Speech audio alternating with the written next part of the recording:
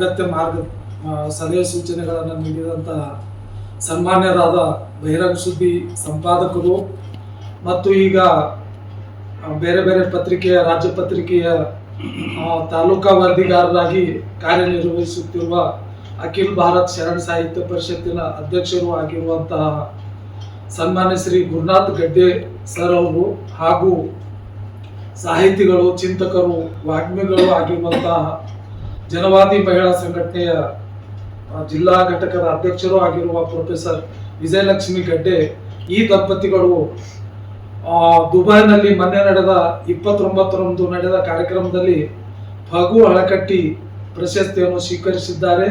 ಅದಕ್ಕಾಗಿ ನಮಗೆಲ್ಲ ಸಂತಸವಾಗಿದೆ.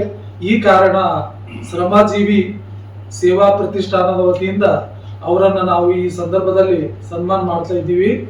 ಈ ಕಾರ್ಯಕ್ರಮದಲ್ಲಿ ಸನ್ಮಾನ್ಯರಾದ ಕುವೆಂಪು ಶಿಕ್ಷಣ ಸಂಸ್ಥೆಯ ಅಧ್ಯಕ್ಷರಾದ ಪ್ರಕಾಶ್ ಬಿರಾದಾರ್ ಅವರು ಹಾಜರಿದ್ದಾರೆ. ಹಾಗೆ ಧನರಾಜ್ ರಾಜೋಳಿ ಅವರು, ನಮ್ಮ ಗೋವಿಂದ ಸಿಂಧೆ ಅವರು, ಮತ್ತೆ ನಮ್ಮ ಸಂಗಪ್ಪ ಪಾಟೀಲ್ ಅವರು, ವಚನ ಸಾಹಿತ್ಯ ಪರಿಷತ್ತಿನ ಅಧ್ಯಕ್ಷರಾದಂತಹ ಕಲ್ಯಾಣರಾವ್ ಮದರ್ಗಾಂವ್ಕರ್ ಅವರು, ಮತ್ತೆ ನಮ್ಮ ಸಮತಾ ಸೈನಿಕ ದಳದ ಮಾರುತಿ ಫುಲೆ ಸರ್ ಅವರು ಇದ್ದಾರೆ. ಇವರೆಲ್ಲರಿಗೂ ಸ್ವಾಗತವನ್ನು ಬಯಸಿ ಸನ್ಮಾನ್ಯರಾದ ಪ್ರಕಾಶ್ ಬಿರಾದಾರ್ ಸರ್ ಅವರು ಒಂದೆರಡು ಮಾತು ಆಡ್ಬೇಕಂತ ಹೇಳಿ ನಾನು ಅವರಲ್ಲಿ ಕೇಳ್ಕೊಳ್ತಾ ಇದ್ದೀನಿ. ಎಲ್ಲರಿಗೂ ಶರಣಾರ್ಥಿ.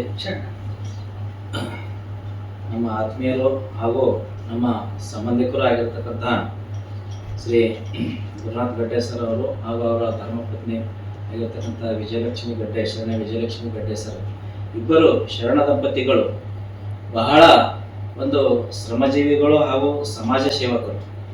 ಅವರು ಮೊದಲಿನಿಂದಲೂ ಶಿಕ್ಷಣ ರಂಗದಲ್ಲಿದ್ದರೂ ಕೂಡ ಶಿಕ್ಷಣ ರಂಗದ ಜೊತೆಯಲ್ಲಿ ಸಮಾಜ ಸೇವೆ ಹಾಗೂ ಬಸವ ತತ್ವ ಪ್ರಸಾರದ ಮೂಲಕ ತಮ್ಮನ್ನು ಗುರುತಿಸಿಕೊಂಡಿದ್ದಾನೆ. ಶರಣರೇ ಹೇಳುವಂತೆ ಕಾಗೆ ಒಂದಗಳು ಕಂಡರೆ ಕರೆಯದೇ ತನ್ನೆಲ್ಲ ಬಳಗವನ್ನ ಎನ್ನುವಂತೆ ಅವರು ಎಲ್ಲೋ ಹುಟ್ಟಿ ಇಲ್ಲಿ ಬಸವ ಕಲ್ಯಾಣ ಶರಣ ನಾಡದಂಥ ಬಸವ ಕಲ್ಯಾಣದಲ್ಲಿ ಪುಣ್ಯ ಭೂಮಿಯಲ್ಲಿ ಬಂದು ಈ ಒಂದು ಜನರ ಒಂದು ಸೇವೆಯಲ್ಲಿ ಅಷ್ಟೇ ಅಲ್ಲದೆ ಹಲವಾರು ಮಕ್ಕಳ ಒಂದು ಶಿಕ್ಷಣದಲ್ಲಿ ಪಾಲ್ಗೊಂಡು ಹಲವಾರು ಮಕ್ಕಳ ಭವಿಷ್ಯವನ್ನು ಕೂಡ ರೂಪಿಸಿದ್ದಾರೆ. ಮೇಡಮ್ ಅವ್ರ ಕೈಯಲ್ಲಿರ್ಬೋದು ಅಥವಾ ನಮ್ಮ ಗಡ್ಡೆ ಸರ್ ನಾವು ನೋಡಿದೆವು ಪದವಿಯಲ್ಲಿ ಡಿಗ್ರಿಗೆ ಒಬ್ಬ ಕಾಲೇಜ್ಗಿದ್ದಾಗ ಅವರಿಗೆ ನೋಡಿದ್ರೆ ಬಹಳ ಮಕ್ಕಳಿಂದ ಹೆದರ್ಕೊಂಡು ಅವ್ರು ಹೇಳಿದಂಥ ಎಲ್ಲ ಕೆಲಸಗಳು ಪ್ರಿನ್ಸಿಪಲ್ ಬೇರೆಯವ್ರು ಇದ್ರು ಕೂಡ ಇವರೇ ಪ್ರಿನ್ಸಿಪಲ್ ಅಂತ ಮಕ್ಕಳು ಅಷ್ಟೊಂದು ಅಂಜಿಕೆಯಿಂದ ವರ್ಕ್ ಮಾಡ್ತಾ ಇದ್ರು. ಬರೀ ಕೇವಲ ಇವರು ಸೆಕ್ಷನ್ ಅಷ್ಟೇ ಅಲ್ಲ, ಇಡೀ ಕಾಲೇಜ್ದ ಜವಾಬ್ದಾರಿ ಕೂಡ ಏನಪ್ಪ ಅಂತಂದ್ರೆ ಇವ್ರ ಮೇಲಿತ್ತು.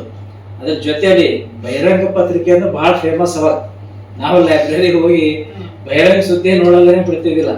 ಸಾಯಂಕಾಲ ಹೋಗಿ ಬಹಿರಂಗ ಸುದ್ದಿ ನೋಡೇ ಏನಪ್ಪ ಅಂತಂದ್ರೆ ನಾವು ಬೇರೆ ಏನಾದ್ರು ಪುಸ್ತಕಗಳು ಓದ್ತಿದ್ದೆವು. ಆ ಒಂದು ಸಂದರ್ಭದಲ್ಲಿ ಬಹಳ ಒಂದು ಪ್ರಸಿದ್ಧಿ ಪಡಿತಕ್ಕಂಥ ಪತ್ರಿಕೆ ಇತ್ತು. ಈಗೂ ಕೂಡ ನಮ್ಮ ಮಾಣಿಕ್ ಭುವನೇಶ್ವರ್ ಹೇಳಿದಂಗ ವಿವಿಧ ರಾಜ್ಯ ಮಟ್ಟದ ಪತ್ರಿಕೆಗಳಲ್ಲಿ ಅವರು ಕೆಲಸ ಮಾಡ್ತಾ ಇದ್ದಾರೆ. ಮತ್ತು ಅವರ ಒಂದು ಸೇವೆ, ಈ ಒಂದು ನಾಡಿಗೆ ಅವರ ಒಂದು ಸೇವೆ, ದಂಪತಿಗಳ ಸೇವೆ ಒಂದು ಅವಿಸ್ಮರಣೀಯ ಅಂತ ಹೇಳ್ಬೋದು. ಹೀಗೆ ಅವರ ಒಂದು ಸೇವೆ ನಮಗೆ ಸಿಗಲಿ, ಅವರಿಗೆ ದೇವರ ಆಯುಷ್ಯ, ಆರೋಗ್ಯ, ಸಂಪತ್ತು ಕೊಟ್ಟು ಕಾಪಾಡಲಿ ಅಂತ ಹೇಳ್ತಾ ನಾನು ಆತ್ಮಹತ್ಯೆ. ಸನ್ಮಾನ್ಯ ಪ್ರಕಾಶ್ ಬಿರಾದಾರ್ ಅವರಿಗೆ ಧನ್ಯವಾದಗಳು.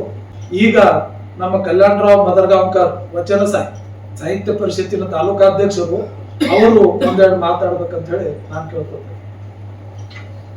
ವಿಶೇಷವಾಗಿ ಎಂದು ನಮ್ಮ ಹಿರಿಯರು, ಮಾರ್ಗದರ್ಶಕರು, ಪತ್ರಿಕೆ ಸಂಪಾದಕರು ಆದಂಥ ಸರಳ ಸಜ್ಜನಿಕೆಯ ಶರಣರ ಮನಸ್ಸು ಯಾವ ರೀತಿ ಪವಿತ್ರ ಇತ್ತು ಅದೇ ರೀತಿ ಕೂಡ ಇವರು ನಮ್ಮ ಗಡ್ಡೆ ಅವರು ಸರ್ ಅವರು ಮತ್ತು ಅಕ್ಕ ಅವರ ಮನಸ್ಸು ಕೂಡ ಬಹಳ ಸರಳ ಸಜ್ಜನಿಕೆ, ಬಹಳ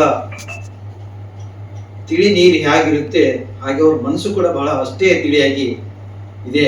ಅವರು ಕೂಡ ಕಲ್ಯಾಣದಲ್ಲಿ ಶರಣರ ಒಂದು ಬಸವ ತತ್ವವನ್ನು ಪ್ರಚಾರ ಮಾಡೋದ್ರ ಮೂಲಕ ಶರಣರ ಸೇವೆ, ಎಲ್ಲರೂ ನನ್ನರು ಅಂತಕ್ಕಂಥ ಭಾವನೆಯನ್ನು ಒಪ್ಪಿಕೊಂಡು ಸಮಾಜದಲ್ಲಿ ಒಳ್ಳೆಯ ಸೇವೆ ಮಾಡ್ತಾ ಇದ್ದಾರೆ.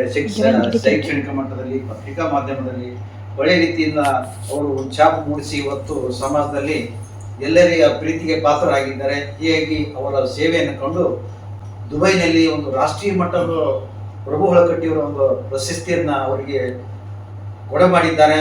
ಇದರಿಂದ ನಮಗೆ ಎಲ್ಲ ಬಹಳ ನಮ್ಮ ಎಲ್ಲ ಅಭಿಮಾನಿ ಹೊಸ ಮಂದಿ ಕೂಡ ಬಹಳ ಅತ್ಯಂತ ಖುಷಿ ತಂದ ವಿಷಯವಾಗಿದೆ.